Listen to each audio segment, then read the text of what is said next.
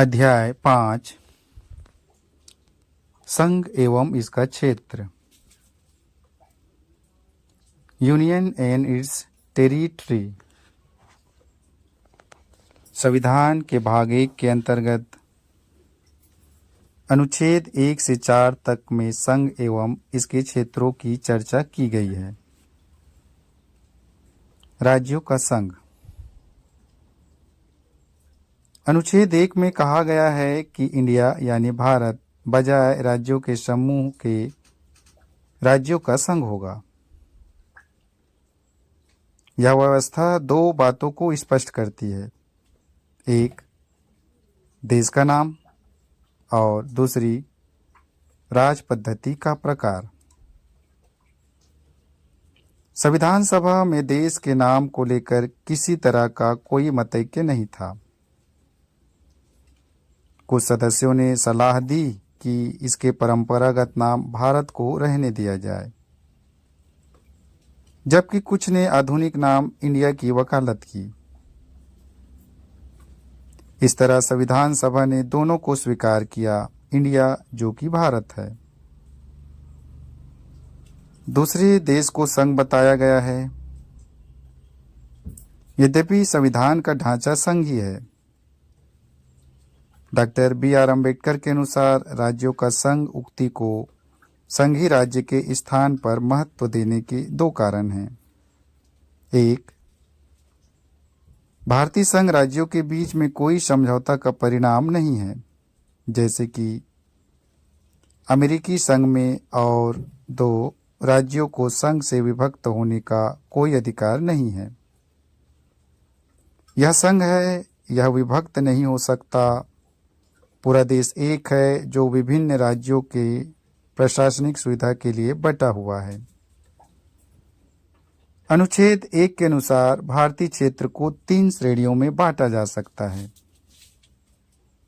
पहला राज्यों के क्षेत्र, दूसरा संघ क्षेत्र, तीसरा ऐसे क्षेत्र जिन्हें किसी भी समय भारत सरकार द्वारा अधिग्रहित किया जा सकता है।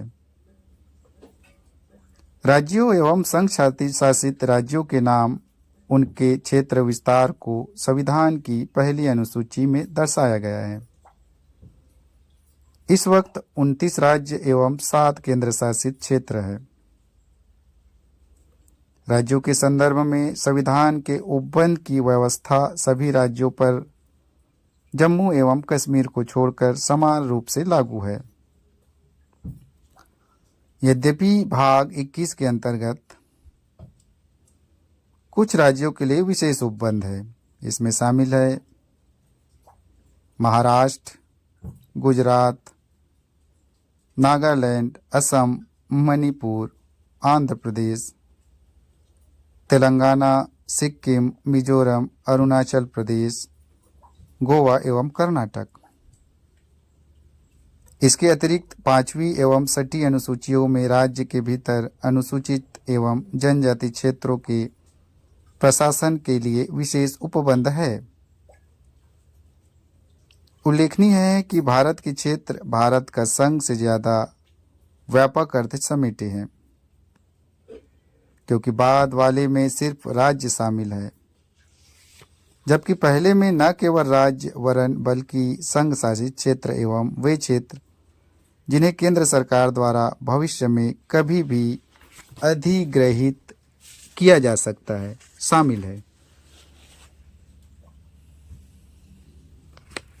संघीय व्यवस्था में राज्य इसके सदस्य है और केंद्र के साथ शक्तियों के बंटवारे में हिस्सेदार हैं।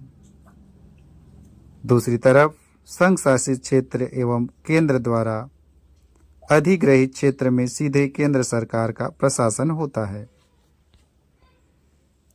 एक संप्रभु राज्य होने के नाते भारत अंतर्राष्ट्रीय कानूनों के तहत विदेशी क्षेत्र का भी अधिग्रहण कर सकता है। उदाहरण के लिए सत्तांतरण संधि के अनुसार खरीद, उपहार या लीज व्यवसाय जिसे अभी तक किसी मान्य शासक ने अधिग्रहित न किया हो, जीत या हराकर। उदाहरण के लिए भारत ने संविधान लागू होने के बाद कुछ विदेशी क्षेत्रों का अधिग्रहण किया, जैसे दादर और नागर हवेली, गोवा, दमन एवं दीव, पुदुचेरी एवं सिक्किम। इन क्षेत्रों के अधिग्रहण की बाद में आगे चर्चा की जाएगी। अनुच्छेद 2 में संसद को यह शक्ति दी गई है कि संसद विधि द्वारा ऐसे निबंधनों और शर्तों पर जो वह ठीक समझे संघ में नए राज्यों का प्रवेश या उनकी स्थापना कर सकेगी। इस तरह अनुच्छेद 2 संसद को 2 शक्तियां प्रदान करता है। आ, नए राज्य को भारत के संघ में शामिल करे, और बा, नए राज्यों को गठन करने की शक्ति। पहली शक्ति उन राज्यों के प्रवेश को लेकर है जो पहले से अस्तित्व में हैं, जबकि दूसरी शक्ति नए राज्यों जो अस्तित्व में नहीं हैं के गठन को लेकर है। अर्थात अनुच्छेद 2 उन राज्यों जो भारतीय संघ के हिस्से नहीं हैं के प्रवेश एवं गठन से संबंधित है। दूसरी ओर अनुच्छेद 3 भारतीय संघ के नए राज्यों के निर्माण या वर्तमान राज्यों में परिवर्तन से संबंधित है। दूसरे शब्दों में अनुच्छेद 3 में भारतीय संघ के राज्यों के पुनर्सीमन की व्यवस्था करता है। राज्यों के पुनर्गठन संबंधी संसद की शक्ति। अनुच्छेद 3 संसद को अधिकृत करता है। आ, किसी राज्य में से उसका राज्य क्षेत्र अलग करके अथवा 2 या अधिक राज्यों को या राज्यों के भागों को मिलाकर अथवा किसी राज्य क्षेत्र को किसी राज्य के भाग के साथ मिलाकर नए राज्य का निर्माण कर सकेगी। ब, किसी राज्य के क्षेत्र को बढ़ा सकेगी। स, किसी राज्य का क्षेत्र घटा सकेगी। द, किसी राज्य की सीमाओं में परिवर्तन कर सकेगी। अड़ा, किसी राज्य के नाम में परिवर्तन कर सकेगी।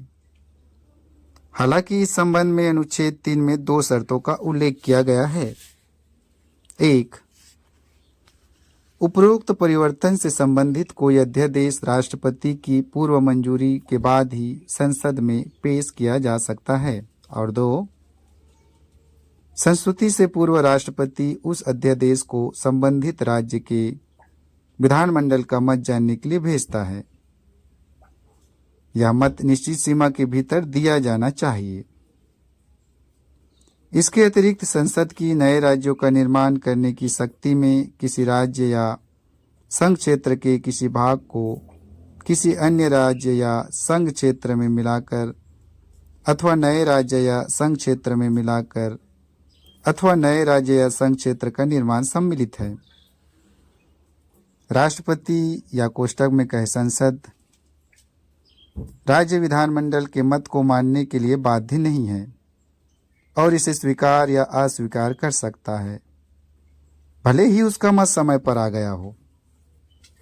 संशोधन संबंधी अध्यादेश के संसद में आने पर हर बार राज्य के विधानमंडल के लिए नया संदर्भ बनाना जरूरी नहीं है। संघ क्षेत्र के मामले में संबंधित विधानमंडल के संदर्भ की कोई आवश्यकता नहीं। संसद जब उचित समझे स्वयं कदम उठा सकती है।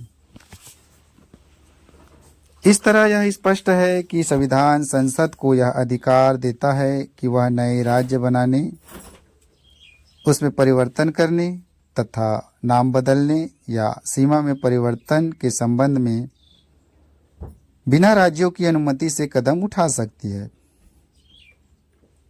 दूसरे शब्दों में संसद को अपने अनुसार भारत के राजनीतिक मानचित्र का पुनर्निर्धारण कर सकती है। इस तरह संविधान द्वारा क्षेत्रीय एकता या राज्य के अस्तित्व को गारंटी नहीं दी गई है। इस तरह भारत को सही कहा गया है। विभक्त राज्यों का अविभाज्य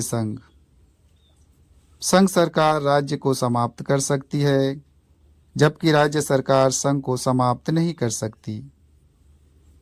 दूसरी तरफ अमेरिका में क्षेत्रीय एकता या राज्यों के अस्तित्व को संविधान द्वारा गारंटी दी गई है।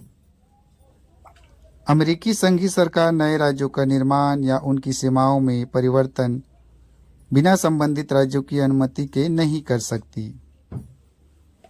इसलिए अमेरिका को अविभाज्य राज्यों का अविभाज्य संघ कहा गया है। संविधान कोष्टक में अनुच्छेद 4 में स्वयं यह घोषित किया गया है कि नए राज्यों का प्रवेश या गठन अनुच्छेद 2 के अंतर नए राज्यों के निर्माण, सीमाओं, क्षेत्रों और नामों में परिवर्तन अनुच्छेद 3 के अंतर्गत को संविधान के अनुच्छेद 368 के तहत संशोधन नहीं माना जाएगा। अर्थात इस तरह का कानून एक सामान्य बहुमत और साधारण विधायी प्रक्रिया के जरिए पारित किया जा सकता है। क्या संसद को यह भी अधिकार है कि वो किसी राज्य के क्षेत्र को समाप्त कर कोष्टक में अनुच्छेद 3 के अंतर्गत कोष्टक बंद भारतीय क्षेत्र को किसी अन्य देश को दे दे? यह प्रश्न उच्चतम न्यायालय के सामने तब आया जब 1960 में राष्ट्रपति द्वारा एक संदर्भ के जरिए उससे इस बारे में पूछा गया। केंद्र सरकार का निर्णय कि बेड़ूबाड़ी संघ पश्चिम बंगाल पर पाकिस्तान का नेतृत्व हो ने राजनीतिक विद्रोह और विवाद को जन्म दिया,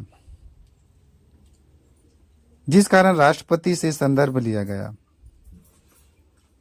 उच्चतम न्यायालय ने कहा कि संसद की शक्ति राज्यों की सीमा समाप्त करने और अनुच्छेद 3 के अंतर्गत भारतीय क्षेत्र को अन्य देश को देने की नहीं है।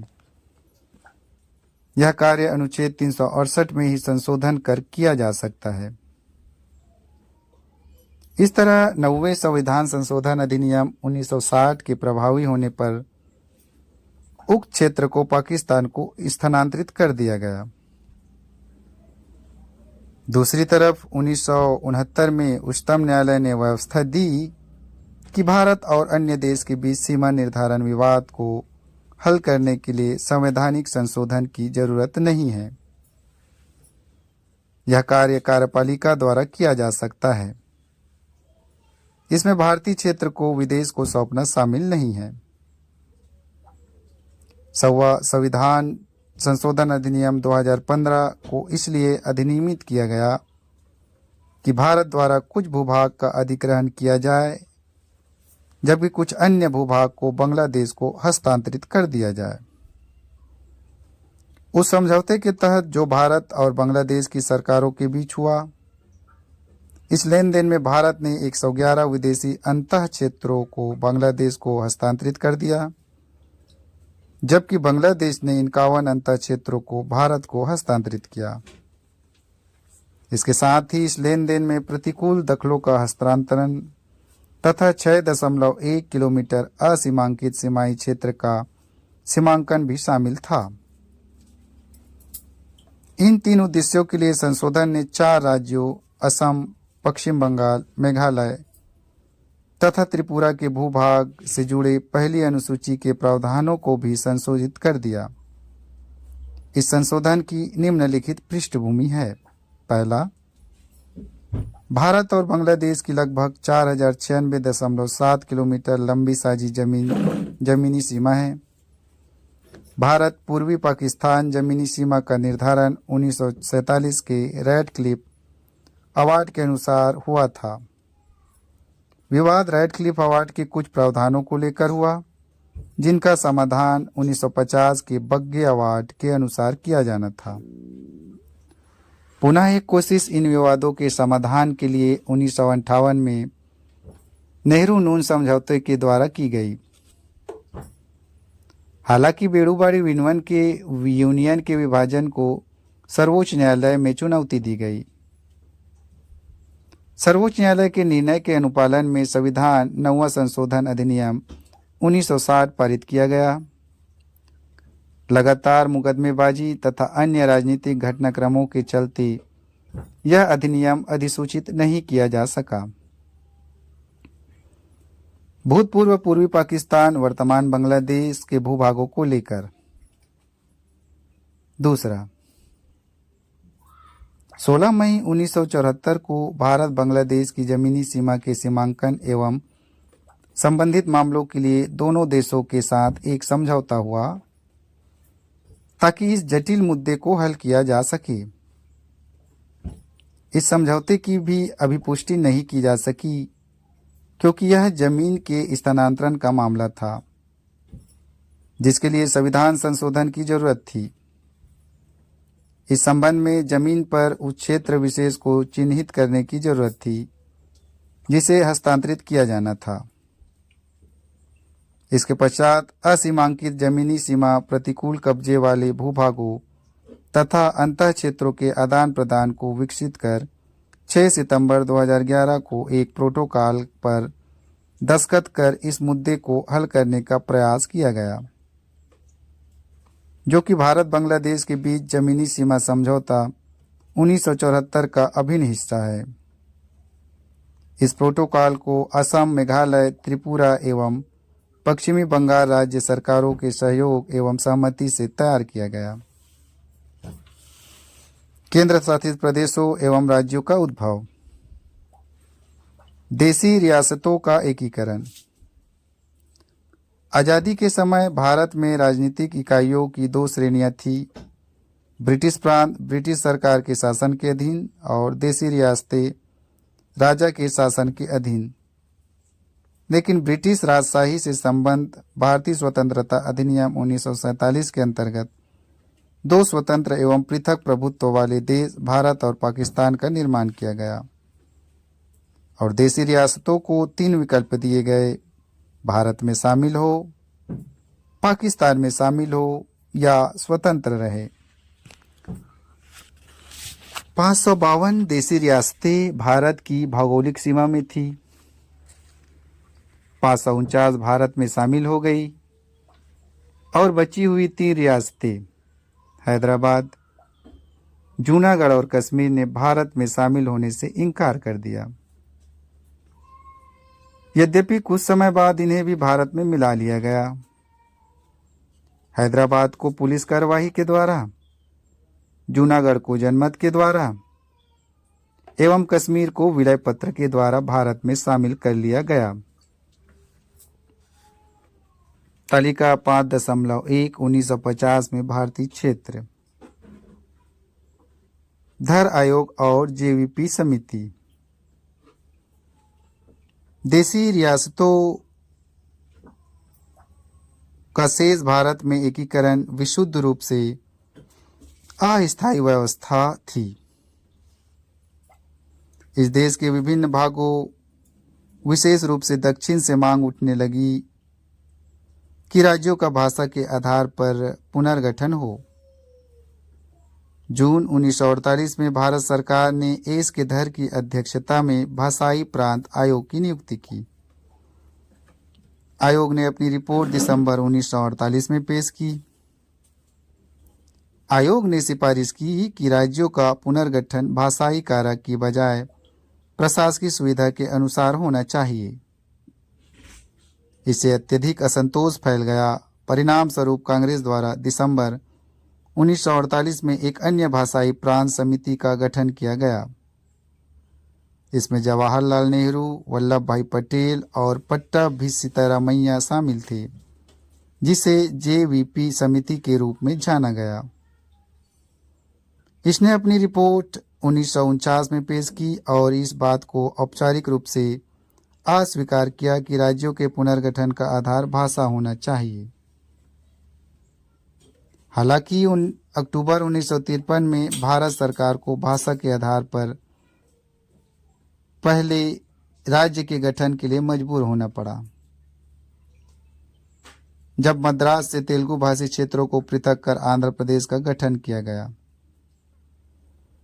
इसके लिए एक लंबा विरोध आंदोलन हुआ, जिसके अंतर्गत 56 दिनों की भूख हड़ताल के बाद एक कांग्रेसी कार्यकर्ता पोट्टी श्री रामुलु का निधन हो गया।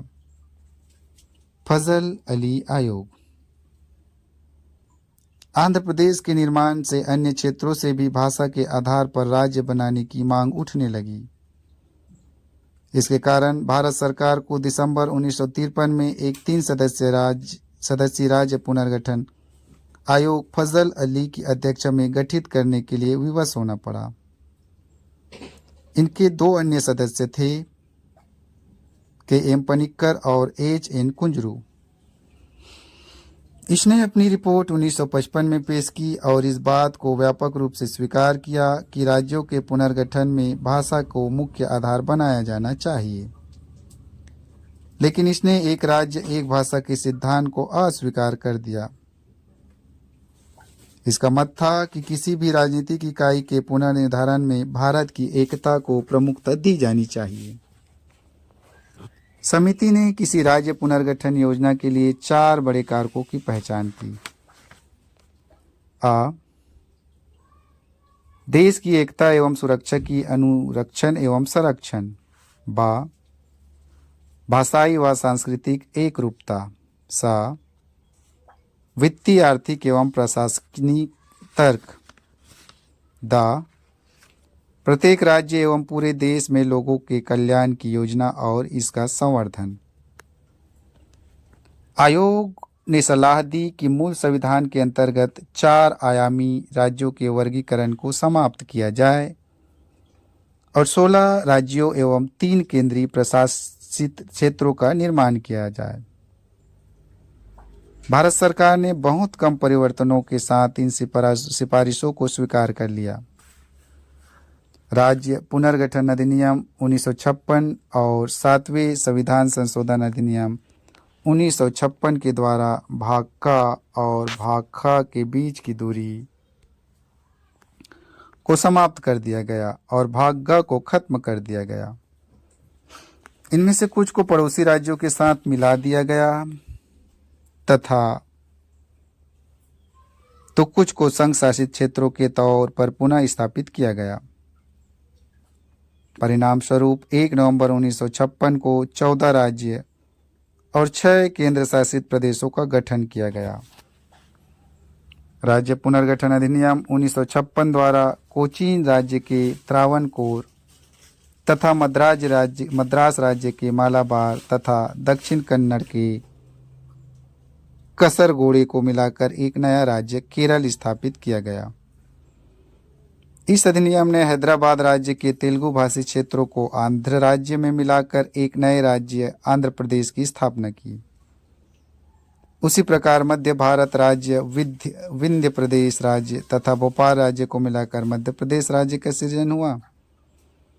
पुनः इसने सौराष्ट्र और कच्छ राज्य को बॉम्बे राज्य में, कुर्ग राज्य को मैसूर राज्य में, पटियाला एवं पूर्वी पंजाब को पंजाब राज्य तथा अजमेर राज्य को राजस्थान राज्य में विलीन कर दिया। इसके अलावा इस अधिनियम द्वारा नए संघ शासित प्रदेश लक्षद्वीप, मिनिकॉय तथा अमीन द्वीपों का सृजन मद्रास राज्य से काटकर किया। तालिका 5.2 1956 में भारतीय क्षेत्र आंध्र प्रदेश, असम, बिहार, बम्बई, जम्मू कश्मीर, केरल, मध्य प्रदेश, मद्रास, मैसूर, ओडिशा, पंजाब, राजस्थान, उत्तर प्रदेश, पश्चिम बंगाल। संघ शासित क्षेत्र: पहला अंडमान एवं निकोबार द्वीप समूह, दूसरा दिल्ली, तीसरा हिमाचल प्रदेश, चौथा लक्षद्वीप, मिनिकॉय और अमीन द्वीप समूह, 5वां मणिपुर, 6ठा त्रिपुरा।